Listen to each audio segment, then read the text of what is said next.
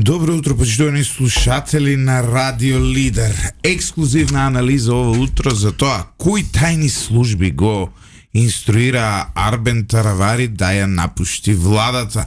Не заборавите да притиснете subscribe на нашиот канал за иднина да ги следите нашите ексклузивни анализи на 98,1 FM кои подоцна се појавуваат во живо на тоест не се појавуваат во живо на YouTube, се појавуваат снимени на YouTube, а во живо се емитуваат на Facebook, на лайвстримот на lider.mk, каде што може да стиснете слушај и на 98,1 FM доколку сте од Скопје и Скопскиот регион, без Сопиште и Драчево, затоа што таму не ни фаќа сигналот. Утро заедно со мене е Сотир Костов од Кисела вода. Сотир Костов од Кочани, привремено живее во Кисела вода. Што поише живееш во Кисела вода него у Кочани.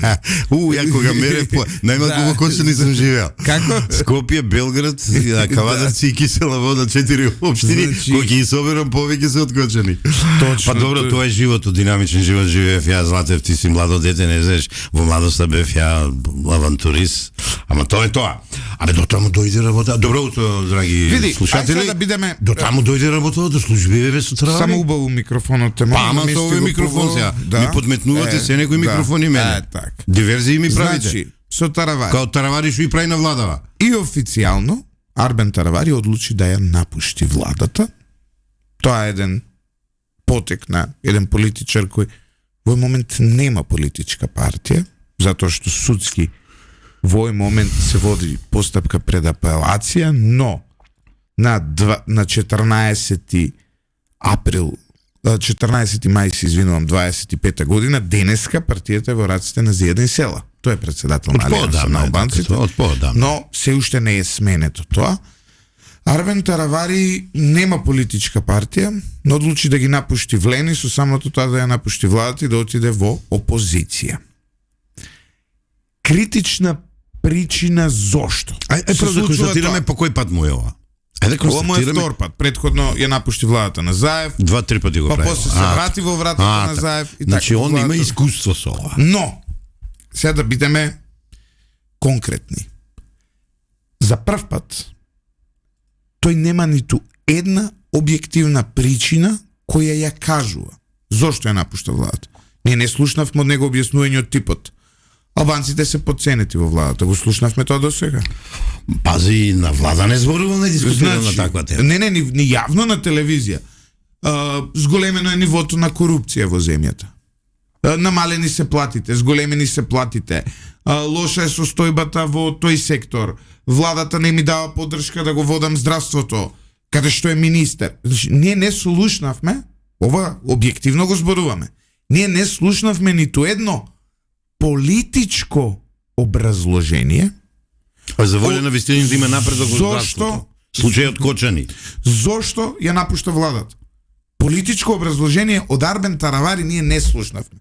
Независно дали е тоа етничко, дали е тоа како се вика програмски, дали е економски, никакво реши. Дали е во делот на правосудството не е задоволен како одат реформите.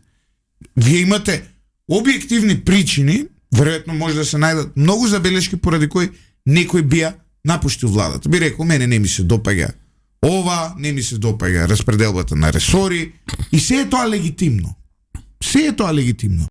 Но, за волја на вистината, ние не слушнавме ниту едно политичко објаснување зошто политички тој бија напуштил владата, освен тоа дека не сака да оди до Совлен, сака да оди. Ама пред тоа слушнавме други работи.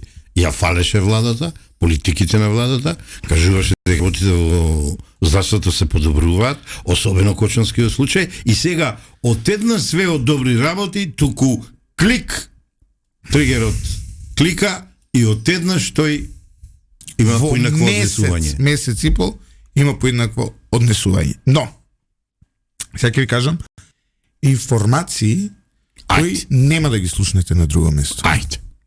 Ова е се под знак прашалник, ништо не е потврдено, но јавниот интерес е преголем и мора во прашална форма од наша страна да биде пренесено.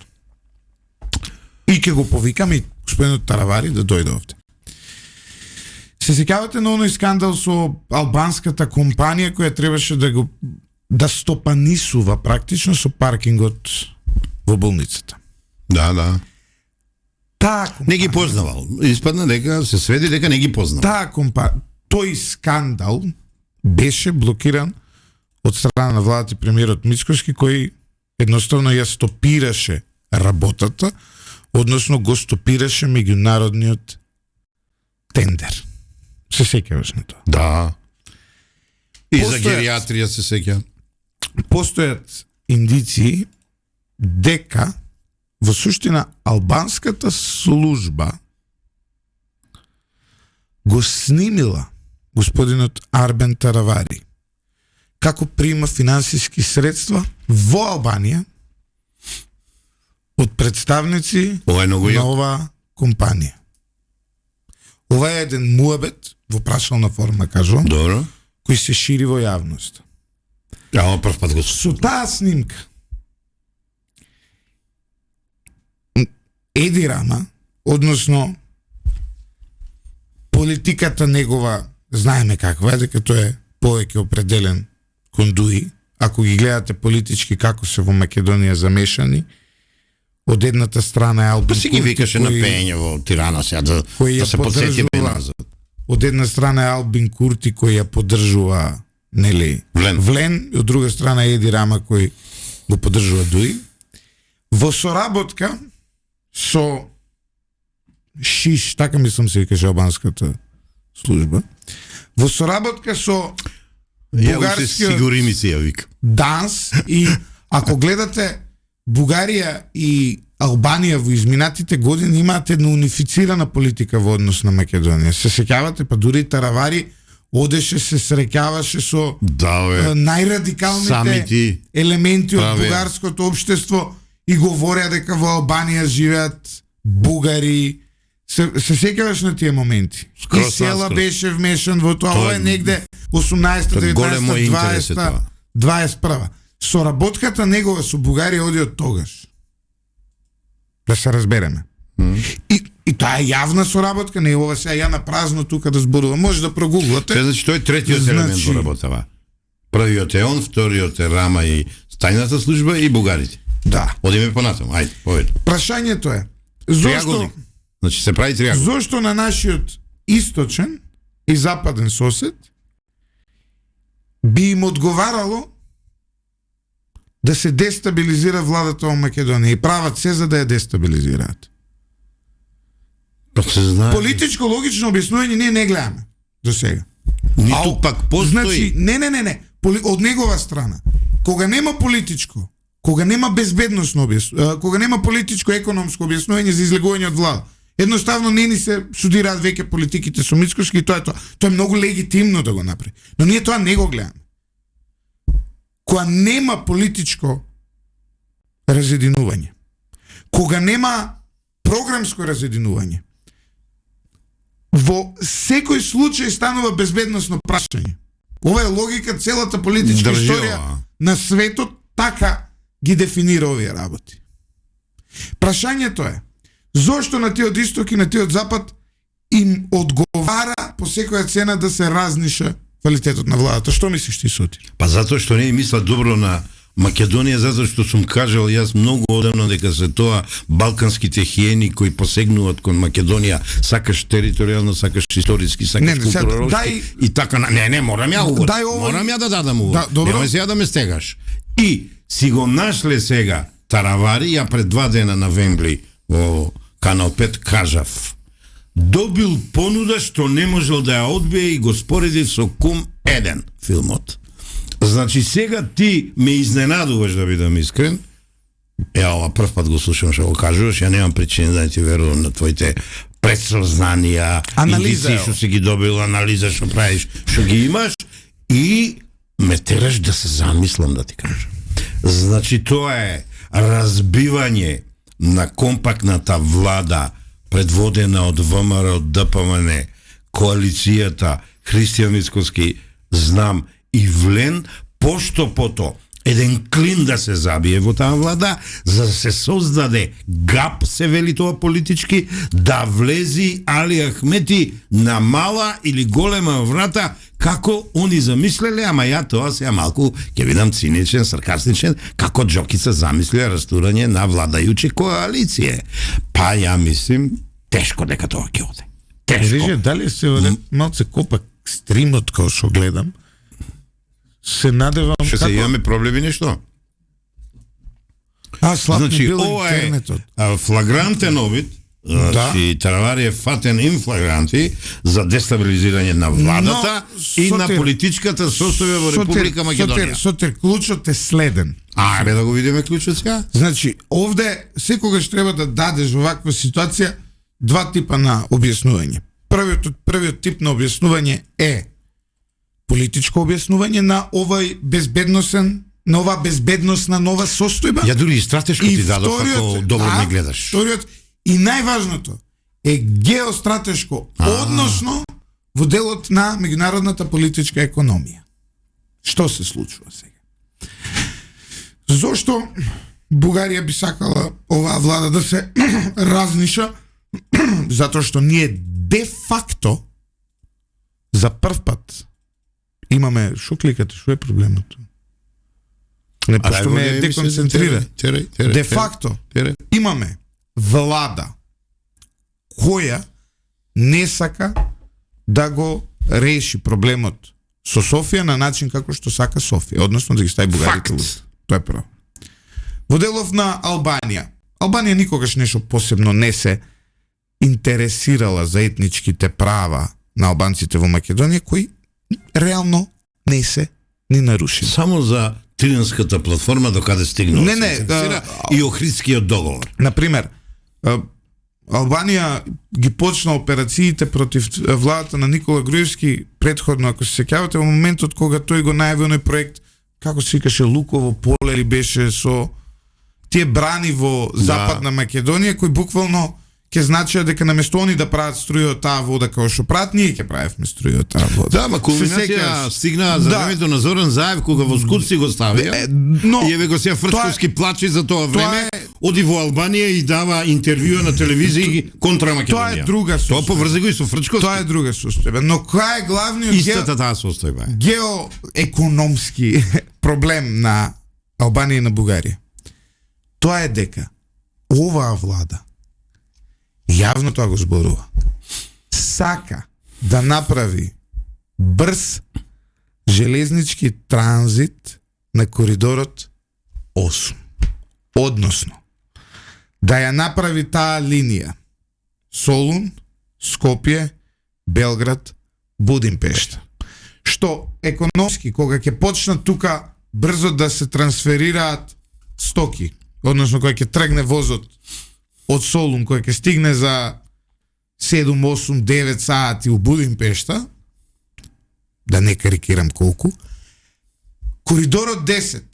Одсечките отпаѓаат. Направи, лево и десно. Значи, независно дали веќе они ќе го изградат, значи немаат проблем да се изгради, но станува геостратешки небитен. Зошто е геостратешки небитен? Помалку битен. Не. Помалку битен. Зошто? Затоа што тој почнува во море, завршува во море. Во море, па добро. Значи, не е мала работа, ама помалку битен. Но ова оди Европа. Овој почнува у море, завршува у срцето на Европа. Така.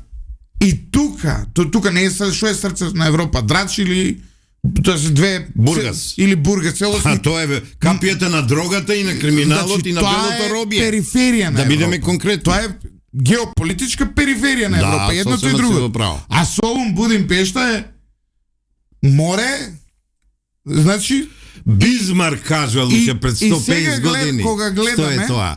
Морската и Вардарската долина. Кога гледаме дека интерес за тоа, видете, ова што го прави нашава влада не е случајно. Да. Тој муабет што го прават со британците за овој коридор не е случаен. Мислам дека не е само со британците. Апсолутно, мислам дека но не е. целосно не е. Зошто? Ама ќе кажеш. Идејата е дека никој не смее да дозволи за Македонија да ја биде овој коридор трговски, мора да биде најбрз. На Албанија и на Бугарија во реал тајм ми одговарат тоа да го скршат. Затоа што, доколку тоа профункционира, нивната геостратешка важност од позиција на НАТО, ако сакате, од позиција на Кина, ако сакате, од позиција на било кој, од позиција на ЕУ, станува многу помалку важна. Да, тука малку НАТО мерчарува. НАТО треба да тресне на вас и да каже: не гибајте тамо, наш интерес е југ, север и тачка. Суштината е дека Јужното крило, да не го забораваме на НАТО. Кога вие тоа го градите и го градите вака, кога вие имате таква идеја, овие две струи се обидуваат да направат се за вас да ве разнишаат. Таравари, пред да ја напушти владата, има, според моите сознанија, има барано да престанат овие активности на Коридорот 10. Ова не го знам. Тоа е мојата информација, не ми е потврдена ниту од премиерот Мицкошки, но нека да ме демантираат слободно од владата. Нека пуштат демант, не е точно. Не, ама има логика ова. Сега. Тоа е единственото политичко барање што тој никогаш не го објавил јавно. Зошто? Затоа што го провоцираме.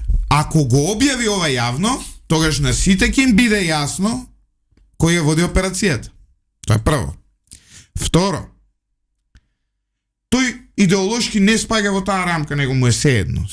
Но, проблемот со него е што таа снимка која ја чува Шиш, според она што јас бијам како непотврдена информација и сознание, по знак прашалник, еден прашалник ставам тука огромен, има сериозен проблем. Доколку не ја спроведе оперативно таа работа што ја бараат од него. И сега тука ќе дојде муабетот, па добро, како купил он за 750 евра квадрат? Он постојано секое влегување и напуштање е поврзано со вакви уцени и трансакции негови. И предходниот пат, која куќа купуеш, ако се сеќаваш, за 700 евра квадрат, и предходно и така натаму. Секогаш е поврзан со оваа работа. Суштината е дека Арбен Таравари на овој потек беше принуден од нашиот источен, односно нашиот западен и нашиот источен, не знам како гледате вие, дали имаме камера, повеќе од албанскиот партнер, нашиот сосед. На тие па скроз геополитички ќе им падне вредноста. Затоа што бугарите се малку поискусни од албанската политика и знаат да се држат позади завесата.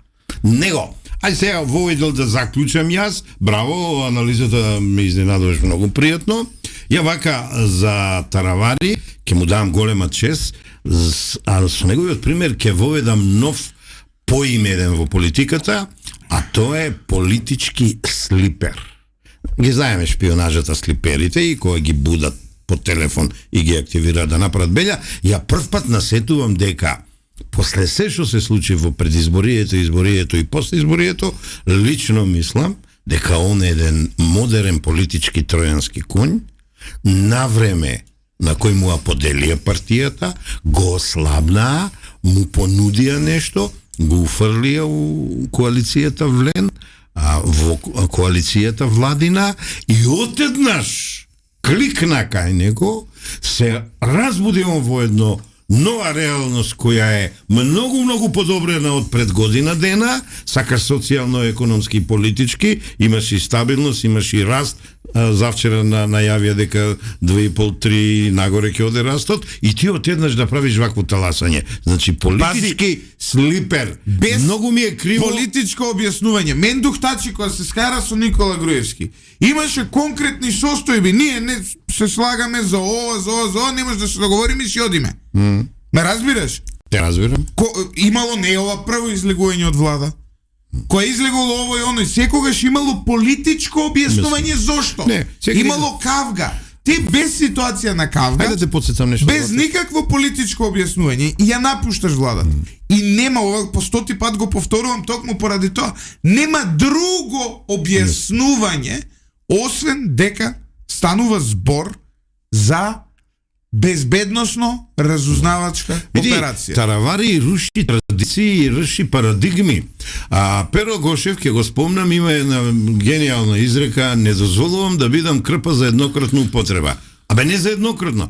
Таравари ја ова му броја му е трета употреба, го употребуваат и го фрлаат. Ама Златев, сега да сме искрени, као да е мачка со 9 живети, бе. Ова во политичка смисла се извинувам однапред. Значи ова е кажана како метафора. Као да има 9 животи.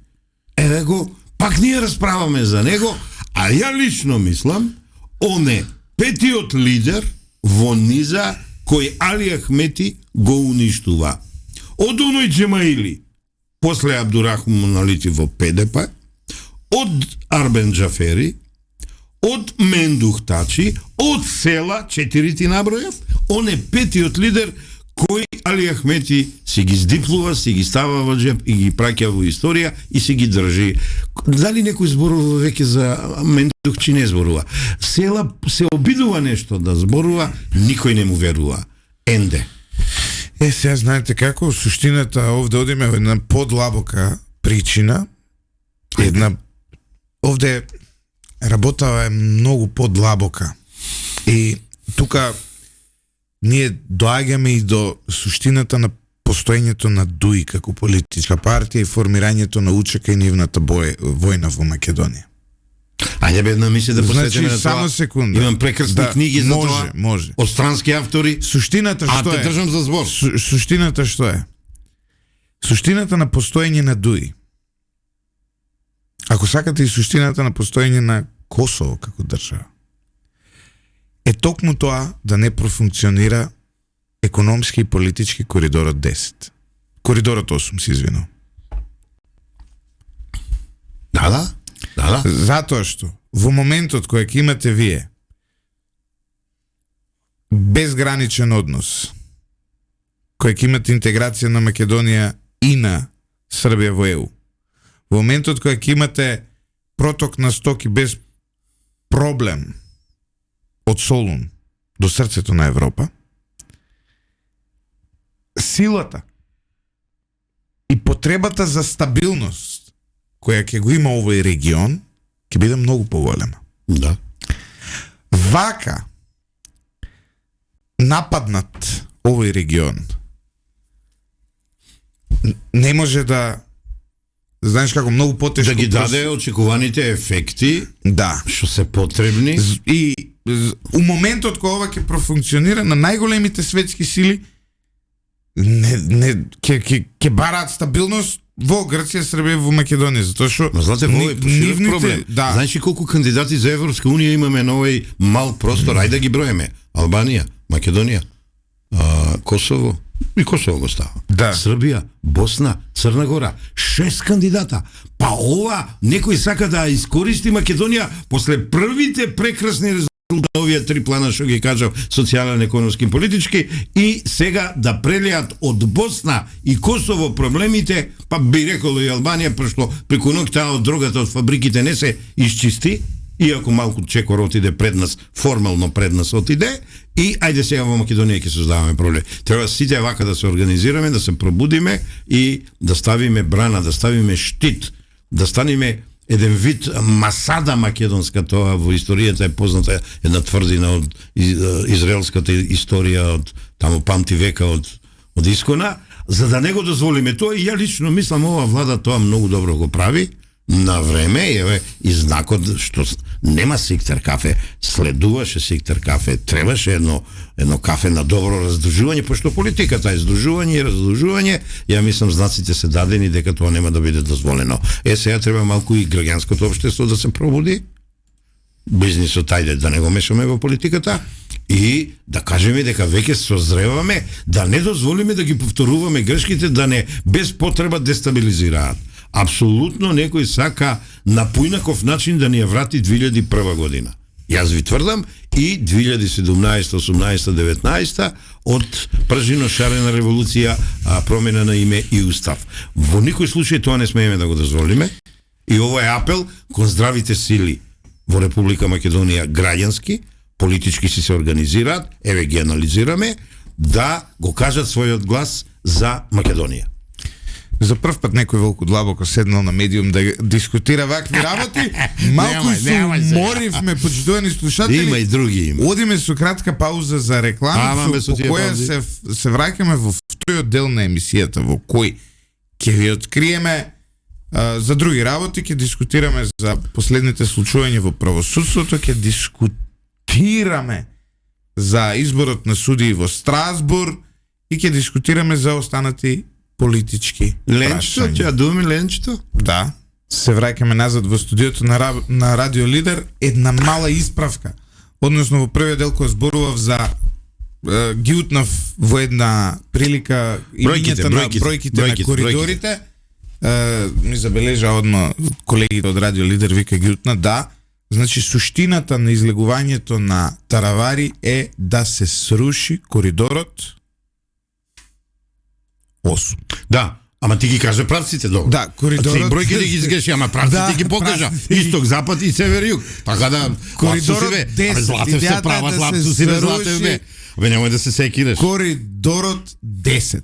Тоа како беше? Луѓе сме, што правиме? Некои велат грешки, а некои велат 10. Идејата е да се сруши коридорот 10 на сметка за коридорот 8, кој им е важен на бугарите и на албанците.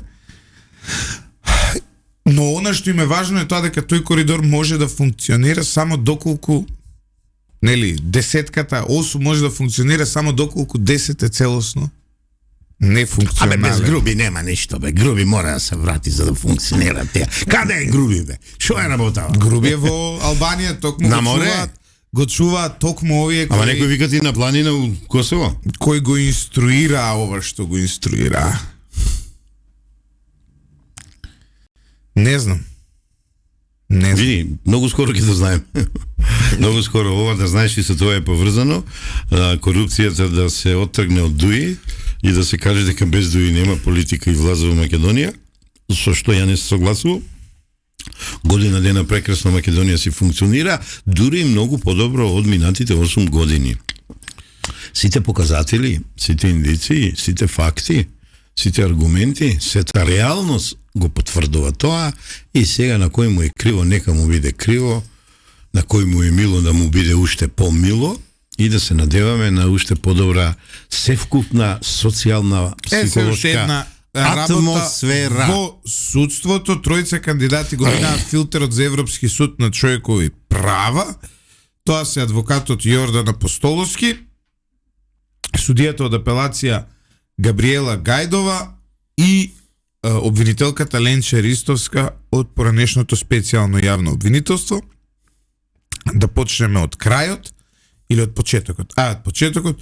Јордан Апостолски е од една позната адвокатска фамилија. За него јавноста орбитира мислење дека е многу близок со еден поранешен директор на УБК и хотелиер. Габриела Гајдова е... Јордан од Кавадарци што потекнува? Па Апостолски од Кавадарци? А па ако е тој казравиот со долга коса што беше? Не знам од... Тоа е на Мијалето адвокатот, така ли? Па мислам, не знам дали тој. Чекај да видам како му се знам јас.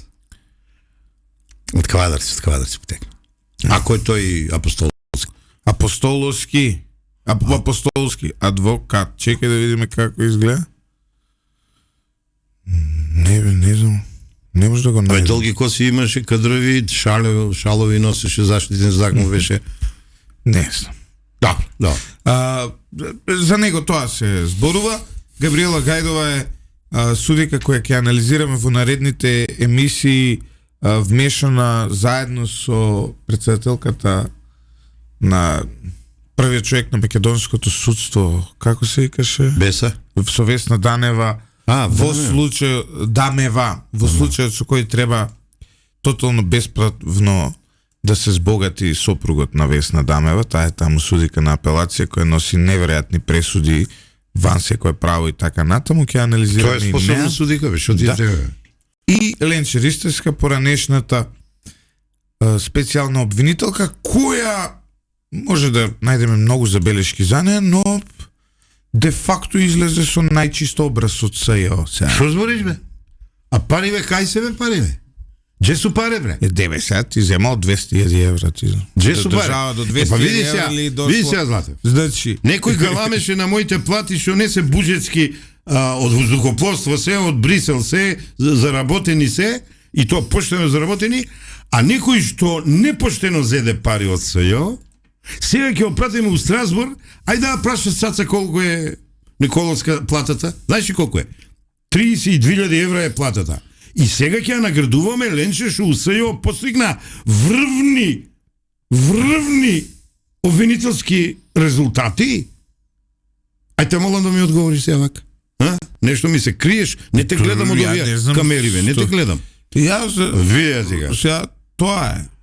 Како е избрала комисијата?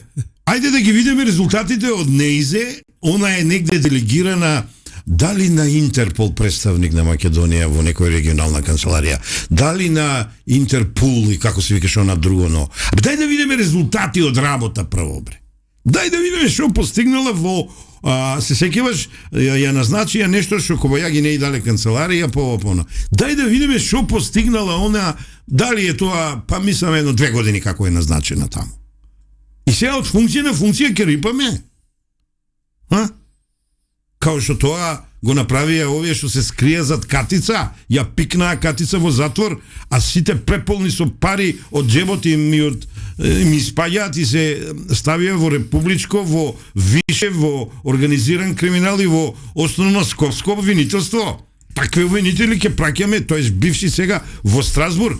Срамота, Златев, ако нешто повеќе нафурна повеќе за судството македонско од тебе сум изел, срамота е вакви кандидати да имаме. Ја лично мислам, овој избор треба да се поништи, нека ми прости комисијата, тој кадриу ликуваше кога ги предлагаше, срамота е. Имаме прекрасни правници во Република Македонија. Докажани правници.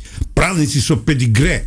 Па ако сакаш и адвокати, не ги сака многу адвокатите, ути нема морал, етика, канив, има исклучоци. Има суди, има обвинители прекрасни. Ја сепак мислам дека Ленче е прва лига. Ленче е окей. Да, за манекенка. Па, Кейт Мос, ти не си чул дека ја не е за 15 година Кейт Мос ја нареков? Па ти не знаеш ништо, бе. Дита Фонти, знаеш ли која е? Фатиме. Ајде, не ти ја рушим емисијата, ајде. Не да ми ја рушиш емисијата. Ја мислам... Осетли сум на СЈО, диво месо. Горан Стефановски, диво месо. И сега од Страсбург ги праќаме. Па шо бе, тип колку има? 30-40 евра плата, 25 колку? Не ми е за плата, ја се зафракавам, човече. Значи... Споредија, не со Цаца, мада има нешто и во Цаца, со она претходната што беше на Дик. Спореди ги... Видиш, реално, најдобриот човек... Што покажала Ленче во својата кариера, бе, те молам? Најдобриот човек кој ние кадровски вака би го имале за да го пратиме у Страсбург во моментов не е председател на државата. Ако мене ме прашаш. За ова те частам. Злате, да. За ова те частам и те молам името да го кажеме. Гордана Силјановска Давко. Апсолутно. Ова частовка имаш. Но што е? Мојата пријателка, соработничка, од пред да стане председателка. И мислам дека председателката требаше да има свој став во однос на ова прашање и свој предлог во однос на ова прашање, иако формално правно таа не предлага, нели, во никој случај човек за во Страсбург, но мораше да наметне јавно некакво решение, затоа што таа подобро од било кого во државата ги познава правниците. И сметам дека можеби требаше овој пат на таа комисија, нели, да го земе предвид и нејзиниот став во однос на ова прашање, затоа што пак ќе кажам, според мене, била професорка, Гордана Силјановска Давкова е најдобар познавач на овие прилики. Сега можеби кај нас во нашиот систем работија не функционираат така, но понекогаш убаво и тие комисии, тие луѓе кои се назначени таму да одат и да се консултираат кај некој кој разбира и кој треба да биде условно кажано разумот во општеството, и сметам дека нашата председателка барем за овие правни работи, барем за реформи во правосудство, барем за треба да биде некаква сива еминенција која во позадина ќе им кажува како да ги сработуваат работите. Ај се јавака нешто, ќе ти кажам и сум многу сериозен и еве, во очите гледам, ќе истакнам 3 мои кандидата, тврдам сите поединечно и заедно се подобри, поединечно и заедно од овие 3 кандидата, без да ги навредам. Менкиновски адвокатот, Јово Цветановски обвинителот, Мустафа Хајлураки обвинителот. Вториот и третиот се намерно со предумисла суспендирани, да не конкурираат, да не може да конкурираат и ќе покажи времето дека се едни од најдобрите обвинители. Овие три мои кандидата, со секој прифаќам да дебатирам, особено со членовите на комисијата што селектираше, дека се подобри од овие трите нивни кандидати на чело со Ленче. Се извинувам бидејќи е дама, ако мисле дека игра мајтав со нејзе, не, ама не расчистени има опашки со пари зимане бесправно, противзаконско и противуставно, и таков кандидат во Страсбург не треба да испратиме. Менкиновски, Јово и Хајлураки се три пати боли кандидати. Злате, ја ова прашање го затворив за денес. Сотир Костов со своји фаворити за Страсбург, кој него И тоа сум многу сериозен. Погледни ме, те мола. Многу сум сериозен. Кариерите земите им ги на овие тројца, ќе видите. Споредете ги со новија тројца. Ја мислам дека на Ленче треба да ја обезбедиме 40.000 евра плата и да ја откачиме од овде. Многу браво, гласам. По прагматично. Гласам за ова. И тука малку сум резервиран за овој адвокатов. Не го мислам тоа што го мислам за судиката и за Ленче. За адвокатов сум резервиран. Не знам, не може би од адвокатска фамилија потекнува, тука сум резервиран. Ама друштвото не ми се свиѓа во кое се наоѓа.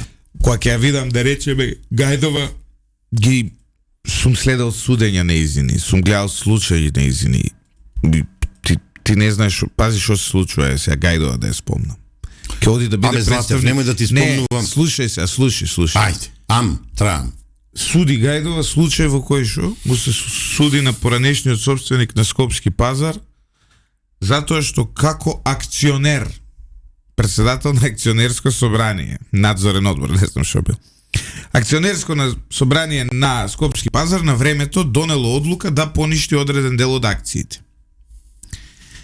Комисија за хартија од вредност по консултација им кажала дека тоа не може да се случи, дека не е правилно да се поништат затоа што ќе падне вредно, ќе се обезвредни компанијата за одредена сума.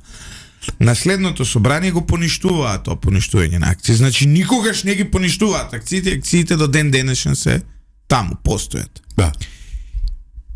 Габриела Гајдова го суди дека тој оштетил на Скопски пазар 700.000 евра и треба да ја плати на 700.000 евра на Скопски пазар, иако никогаш штетата не е направена, никогаш не се поништени акции. Значи нема штета. Габриела Гајдова го суди тоа и пази што суди. Да ги платат тие пари и покрај тоа што јасно е што се случува. Но нов собственик на Скопски пазар е тој еден Ацо од Слободен Дон, исто еден познат случај, ќе го одработиме во иднина да видиш што све има направено, прилепченец или од кај беше. И Фатмир Етеми е нов газда на Скопски пазар, а директор богати е Младен Дамев.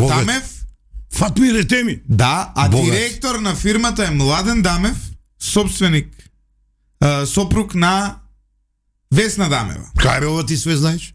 Па се све пратам. Браво. И сега, штетата никогаш не е направена. Габриела Гајдова ја пресудува, Врховен ја поништува. Вика не е добра оваа пресуда. Откако ја поништува настапува застареност и Габриела Гајдова и уште една суди од граѓански настова, наместо да му ги вратат замрзнатите пари на претходниот собственик на Скопски пазар, велат тие ќе останат замрзнати. Иако се замрзнати у кривичен спор, а сега одиме у граѓански спор. Еба као Фрчко бе што ги замрзнал. Ама не. Парите Ама објасни ми како е можно. Тоа се два... Право не е можно. Тоа го направи Гајдова и прелевање од еден во друг предмет не може да постои. Зошто? Затоа што Младен секој предмет си е специфичен. Затоа што Младен Дамев ќе ги земе овие пари од претходниот собственик кој никогаш не ја направил штетата. Акциите не се поништени. 100 пати сум проверил, комисија за хартија од вредност, биланси сум читал и така натаму. Да биле поништени, да, ќе направил штета. Но не се поништени, до ден денес орбитираат тие акции.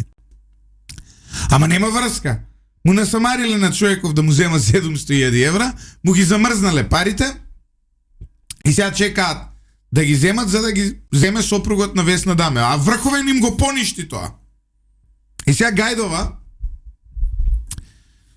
пред да отиде у Страсбург, треба да ни одговори што се договори со Младен Дамев и со Фатмир Етеми. Дали може би се договори за поддршка од Весна Дамева за функцијата во Страсбург? А тоа е интерпартес, немој да се мешаш таму. Дали може би се договори да напредува да отиде во Врховен? Абе, остави ги ниве. Или Комисијата во што судски ги совет. селектира, како не е срам вакви кандидати да ни дава. Еве, Златев, да те прашам. Ти си новинар на место. Кажи ми случај со кој Ленче се прослави како обвинител. На Запад што гледаме? Ке се прослави со некој случај, одма напредува напред. Кажи ми некој случај да ти текне како специјална јавна обвинителка од тимот на Катица, што постигна успех со случај. Бидејќи пред Го тоа пушти беше Палчо. бидејќи пред тоа пушти беше Палчо со приправничка. Да не го пуштеше Палчо, може сега Вања Ѓорчевска ќе беше жива. Е вака да ја кажам. Да. Не може, сигурно ќе беше жива. На таа тема не сакам да зборам, бидејќи Да, не, јас тој сакам да случај зборам. заслужува многу поголема сериозност. Таму имаме трагично загинување на младо девојче и на човек во години и мислам треба да сме посериозни, а ако се во прашање овие три кандидати не можам да сум сериозен. И ако во друга страна гледам сум ептен сериозен, а од друга страна не сериозен, за да покажам дека тие немат вредност. А кога ги покажале бангалорските принципи на судството, никад не ги покажале. Немој да ти ги бројам тука кои се Одиме сега со уште еден судски случај. Тоа е случајот на Васил Јованов. Вчера Васил Јованов ја доби историски највисоката казна за убиство предизвикано со собрекајка, беше осуден на 12 години затвор. Не, нема убиство предизвикано со собрекајка. За не е така. Тоа што се случило, добро, така, да. Но сега пак ќе ви кажам колку се заплеткува сега и тој случај. Ајде. Против тоа дете се водеше уште еден случај за дрогата. Да. Каде што судиката го стави у поправен дом. Па на апелација преиначија дека не може да оди под поправен дом. Сега Врховен ја поништува таа пресуда на апелација. Да. Во исто време и покрај тоа што тоа се случува пред да биде изречена пресудата за вториот случај за собрекајката, во овој случај судиите викаат отежнителна околност му ја земаат тоа што он бил осуден за тоа со дрога. Да. А де факто пошто е поништено, тој не е осуден за тоа со дрога. Видиш, убаво си го фатил тоа. И сега, значи не, ја ќе станам доктор на правни науки, ако продолжувам. Ти посакувам. Значи, и сега што се случува? Кога ќе отиде на апелација, адвокатот на Сашо Дуковски ќе каже оваа пресуда, ова е земено за отежителна околност, а не може да биде отежителна околност затоа што нема пресуда. Затоа што е поништена пресудата. И ќе го вратат. Не, отежително леснителна околност е само во поглед на казната. Немој да, али ај докажи си тезата. Докажи си тезата. И после пак ќе го вратат на предходно, на повторно судење. Суштината во македонското правосудство е што нашите суди може да ти земат отежителна околност ако си оженет, а може и ако не си оженет. Олеснителна околност може да ти е да имаш деца или па да немаш деца. И да имаш функционална фамилија, да, и нефункционална фамилија. Да, тоа може да ти биде и отежително и олеснително. Бруки. Значи, они отежителни и олеснителни околности нашиве суди си мерат врз тоа како ќе им текне. Значи, Сотир, тоа што е стар, може да биде отежителна околност. Да речат, па гледај стар, толкав, напунил 70 години, прави кривично дело, може да е отежителна. Знаеш како ме вика, Белчо и Старчо ме вика. Не, значи може да е отежително што си стар, речат, како бе човек со толкаво искуство се дрзнал, тоа е отежително. Може и да е олеснително. Па шо он сега до крајот на животот што малку стар излапеан, ваков, таков. Сега ќе го затвараме. Значи, може да е клацкалица. Како текни е отежително, како текни олеснително. Да. Ви, Златев, тоа е, немаме уедначена судска пракса. Сега ги давам еден пример. Ко станав приправник во обвинителство 1981 година, од теорија од факултет, појма немам што е обвинителство, појма немам што е обвинителен акт, што е обвинителен предлог. Ја на Зора се сеќавам службеничката и реков, дај ми уназад 2 години по карактеристични предмети да видам што е акт, што е предлог обвинителен. Ги проучив сите. на обвинител со предигре Виктор Равњак, па претходно на другите обвинители, да не ги спомнувам сите. И јас завладеав и со формата и со содржината на тие акти. Потоа натаму во кариерата се трудев само мали грешки да правам или воопшто да не правам грешка.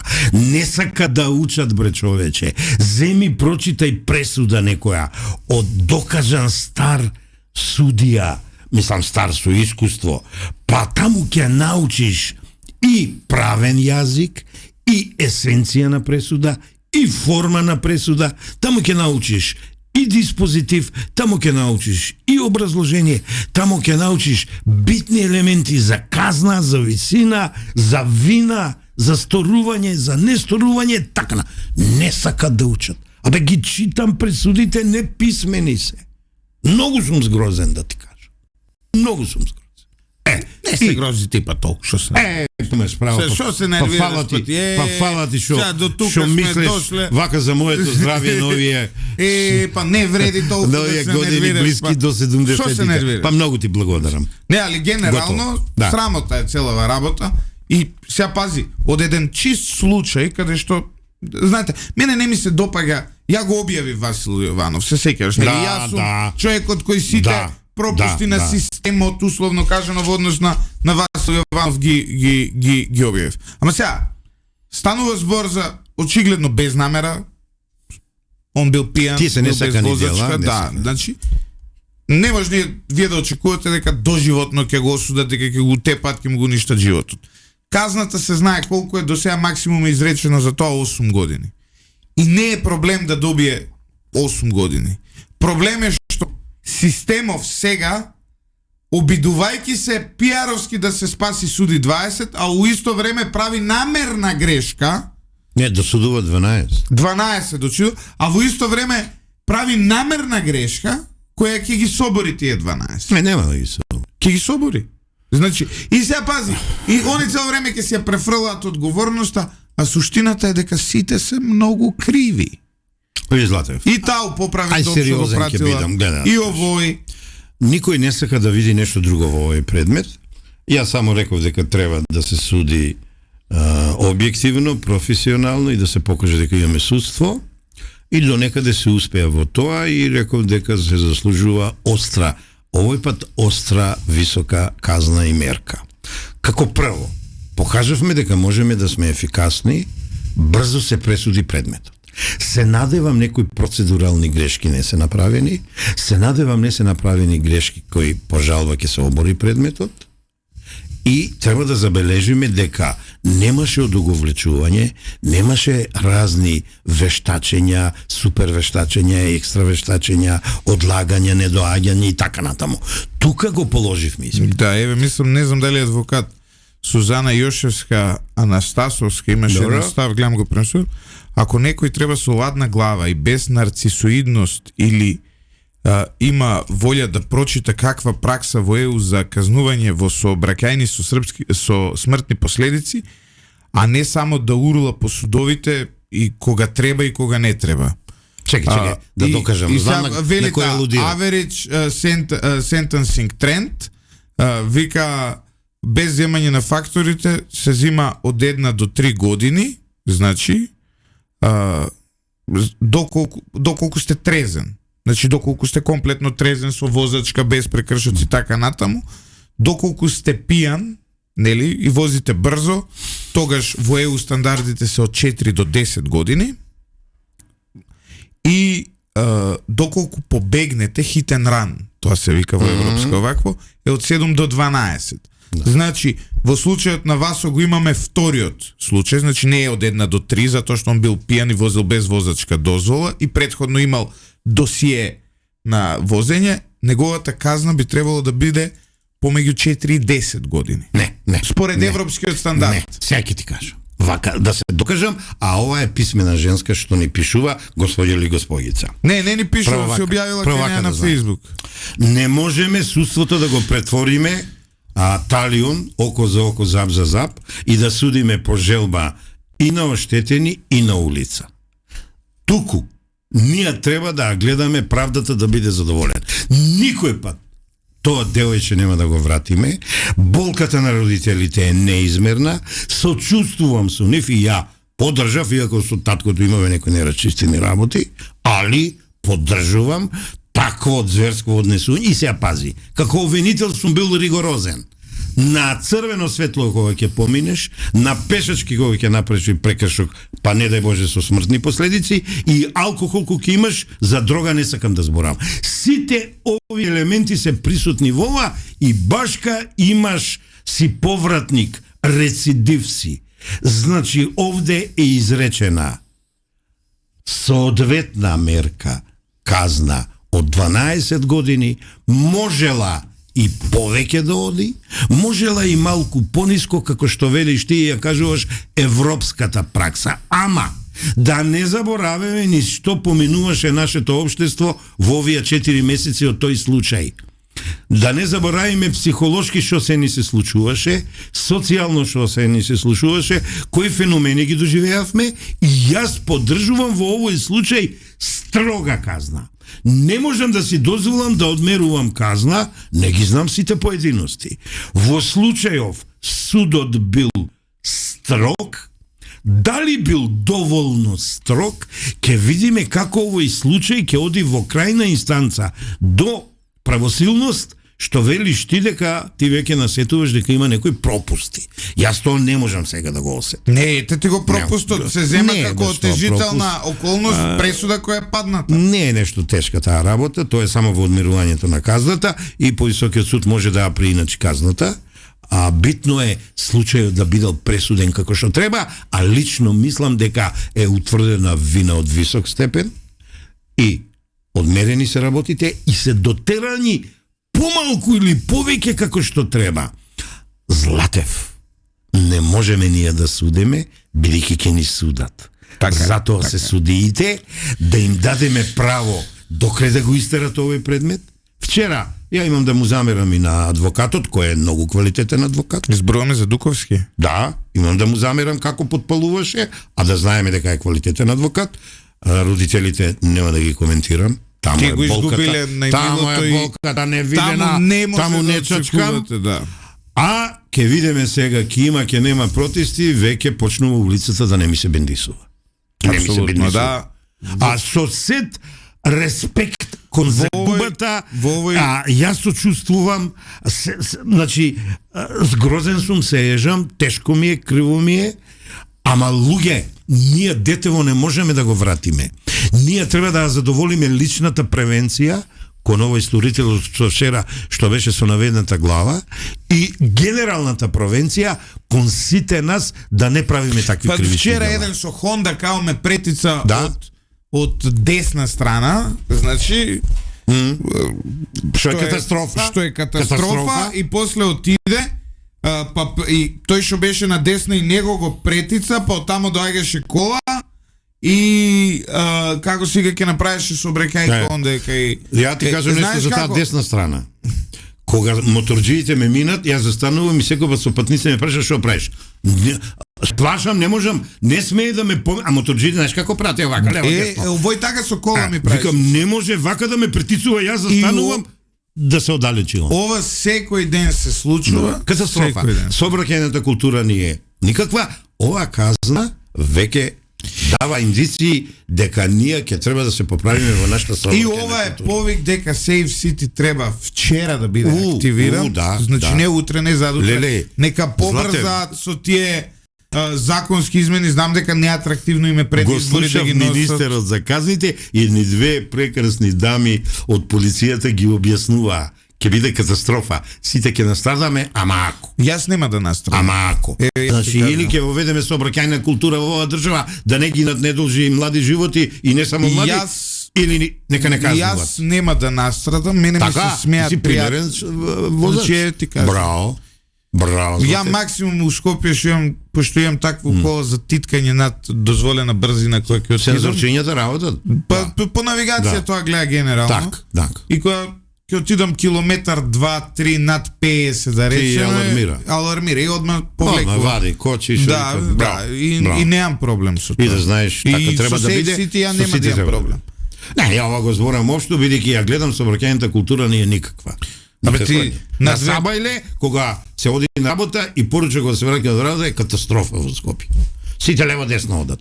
Абе фати си го правецот и биди стрплив. Милиони ќе направи државата од нашите возачи, милиони. Дневно у Скопје ќе се прават по 4 по 5 милиони евро казни, еве ја ви го тврдам ова. Златев нека се прават без Златев. Ќе почне Safe City. Ќе збогатиме државата или ќе научиме да возиме и тоа е тоа. Кога највеќе боле кога ќе ти ударат по джеп, нека те ударат. Да. За да заштитиме човечки животи, за да заштитиме телесен интегритет, да нема тешки телесни повреди, нека има казни, иако јас сум повеќе по превенција отколку по репресија. Превенција ама ова отиде преку глава. У Македонија нема превенција. Златни деца губиме со овие сообраќајки. Не. Превенција не. Доста беше. Превенција се време. Конечно бе ја на потешкиот начин. Браво. Треба луѓето да си ги научат работите и тоа е тоа. Златев, што правиме бе со овие обвинители судии бе? Вчера звонам една обвинителка што се ме договорени пред 10 дена да се чуеме, да се договориме за еден предмет во Штип, не ми крева. Еве нема да го спомнам денес името, ќе бидам коректен. Што да правиме бе? Абе ова некако го си приватизира и обвинителства и судови. Еве ти па даваш еклатантен пример за судиката Гајдова, што ќе оди како се. Абе 750.000, 850.000. Абе на човек да му ги земеш, пази му ги зима на човеков штетата, пошто поништил акции што никогаш не ги поништил. Уште се акции, ме разбира. Срамота е тоа, безло. Што да ти кажам, ќе имаме денови ќе дискутираме за сето тоа и пази, и покрај тоа што врховен, па застарува после тоа делото. И пази, па тие од Младен Дамев, фирмата на Младен Дамев, на Весна Дамев, па сега ќе тужела на граѓански суд, пошто е тука демек застарено. Тужат на граѓански суд, пази. Они дозволуваат парите што ги има замрзнато кривичен суд граѓански да ги замрзне. Зошто граѓански? Тоа е сосем друга постапка. Еве ти знаеш, граѓански кривичен. Работам ја на еден случај што еден човек е оплачкан и куќа и голем угостителски објект и се, ама не го објавувам додека не ги совладам сите информации, не ги собирам и ќе видиш како си они прават прелевање од облигации во кривично дело, па ако не ја завршат работата подкупливите обвинители и судии не сите демек, ги вклучуваат најголемите баракуди, а тоа се стечените управници и ликвидатори и таму да видиш што прават, подпомогнати од експертите и проценителите. Нешто што вреди 1.000.000 евра го проценуваат 120.000 евра и така натаму. Ама отом потом и тој предмет има да го тераме како што треба. Колку минути имаме до сега? Колку има? Како бе успеваш тие минути да броиш? Ја вака како ќе се колку имаме до сега? Запалиме. Саат и 13. Леле. Значи кога ќе ги одземеш рекламите и почетокот ќе дојдеме негде околу 1 саат. Емисија Сотир Костов. Завршуваш? Па да. Може да кажам нешто? Ајде, две. Да бе, Јордан Ливада нешто те спомна, пријатели сте биле. Добро утро. Ај вака. Значи остави емисијата да е прекасна. Не Ливада, Јордан Ристевски, нека да го викаат. Јордан Ристевски звани Ливада. Си дозволи во медиум каде што... Не Ливада, тоа Мирка му го измислила, нека човекот така. Во медиум каде што јас соработувам, да ме спомнува во мое отсуство и да ме нарече пријател. Јас и тој не сме пријатели, јас и тој сме познаници.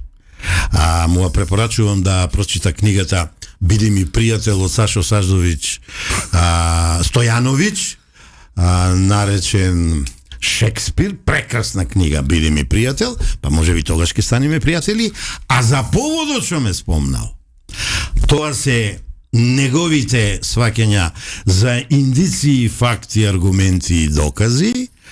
Ќе збориме кога ќе дојде со дипломата од правен факултет и да му кажам дека индициите не се предпоставки, него да се предзнаци и знаци за нешто што треба да се објасни, да му кажам дека фактите не се докази, туку се реални работи што постојат, а може да се искористат во докази во постапка за да се докаже нешто и така натаму да не зборуваме и тогаш може да ме става во уста и да каже дали јас сум сакал да му објаснам нешто или да не му објаснам. Ти завидувам на храброста. Ти вака да се закачиш со човек што го има тепано Мијалков, е малку. Јордан? Да. Јордан не може да ме значи, тепа. Јордан ќе сака кафе после ова со мене да пиеме. Ама има ти вака. Има основни Вака отворено да се спротиставиш на човек што го има тепано мијалко.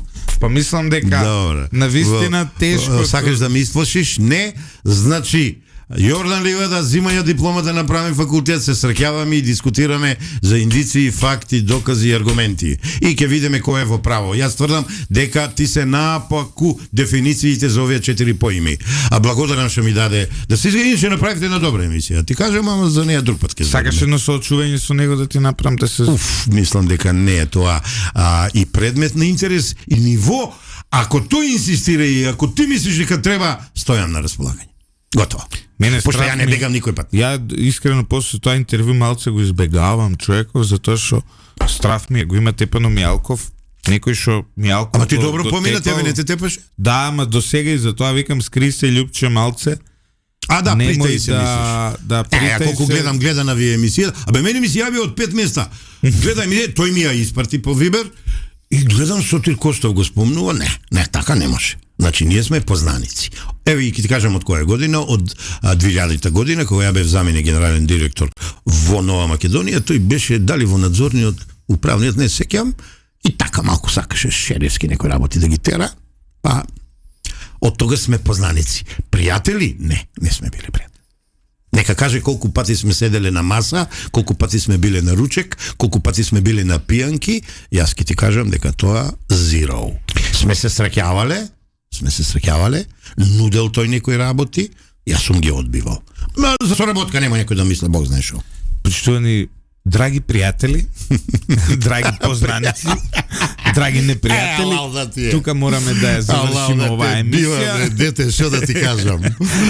Мора да ја завршиме оваа емисија. Беше драго, не заборавите да се претплатите на ова најдобро намерно се надевам Јордан нема се налјути. Канал, извинете ми за што ги утнав коридорите 8 и 10, но ви кажав кој кај од. А не ги утна бројките. Ти ги кажуваше правците. Да, правците се јасни.